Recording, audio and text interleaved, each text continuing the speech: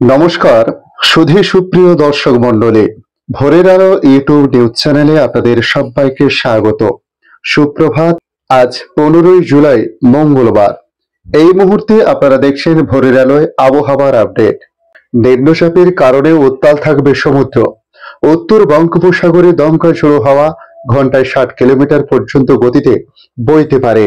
আজ বিকেল পর্যন্ত মৎস্যজীবীদের সমুদ্রে যেতে বারণ করা হয়েছে। আসছে বিস্তারিত খবরে। পশ্চিমবঙ্গ উপকূলে তৈরি হয়েছে নিম্নচাপ অঞ্চল।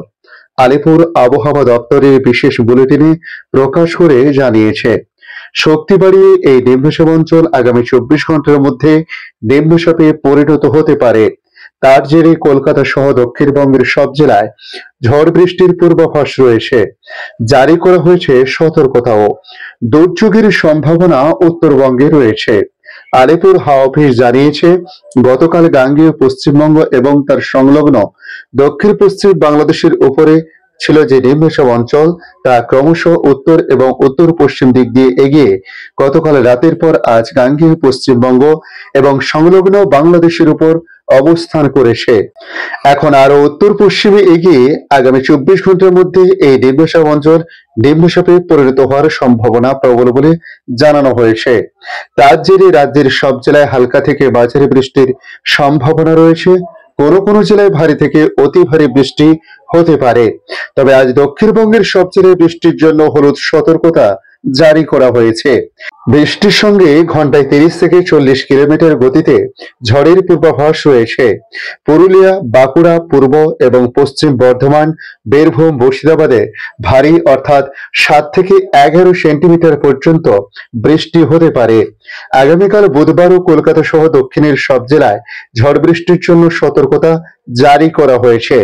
দক্ষিণবঙ্গে হালকা থেকে মাঝারি বৃষ্টি সঙ্গে ঝড় চলবে আগামী রবিবার পর্যন্ত।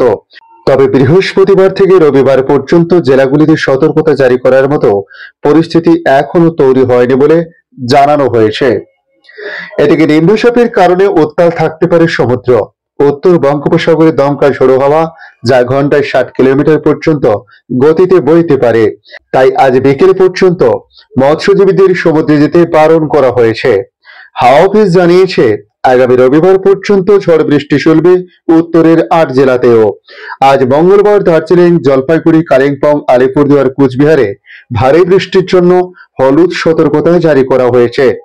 বাকি জেলাতেও চলবে ঝড় বৃষ্টি, তবে সতর্কতা জারি করার মতো পরিস্থিতি তৈরি হয়নি।